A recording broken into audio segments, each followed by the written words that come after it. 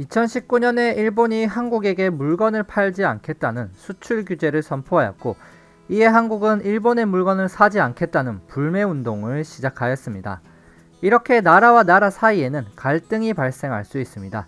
오늘은 이러한 국제사회 속의 경쟁과 갈등에 대해 알아보겠습니다. 과거에는 전쟁을 통해 누가 더 영토를 확장하고 식민지를 만드는지 경쟁을 하였습니다.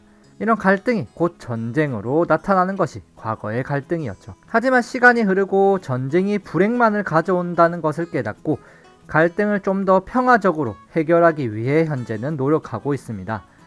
하지만 아직도 세계 곳곳에서 테러, 전쟁, 영토 분쟁, 무역 분쟁 등 국가 사이의 갈등이 빈번하게 일어나고 있는데, 오늘은 어떤 국가 간의 갈등이 있는지 알아보겠습니다. 팔레스타인과 이스라엘이라는 나라가 있습니다. 이 두 나라는 역사적으로도 좋지 않은 관계면서 유대교를 믿는 유대인인 반면에 팔레스타인은 이슬람교를 믿고 있어 종교도 달라 그 갈등이 더 심했습니다.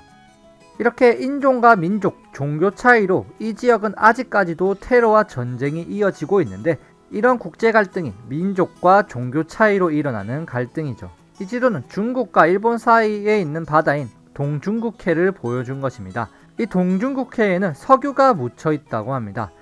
당연히 이 석유를 얻으려 할 텐데 중국은 이 정도 영역이 자기들의 바다라고 주장하는 반면에 일본은 여기까지가 자기들의 바다라고 주장하고 있죠. 중국과 일본이 주장하는 바다가 겹치면서 이 사이에 있는 석유를 차지하기 위한 자원 갈등이 이어지고 있습니다.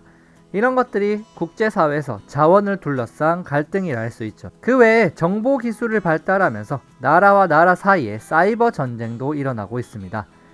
미국과 이란의 경우 서로 중요 시설을 해킹하여 시스템을 망가뜨리는 등 총과 칼이 아닌 키보드로 하는 사이버 전쟁도 새롭게 발생하고 있죠. 국제환경보호단체인 그린피스는 개발을 하려는 다양한 국가와 갈등을 벌이기도 합니다.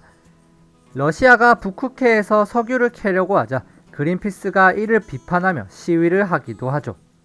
국가와 국가 사이뿐만 아니라 국가와 국제기관 사이에서도 갈등이 발생하는 것이 현재 국제사회의 모습입니다.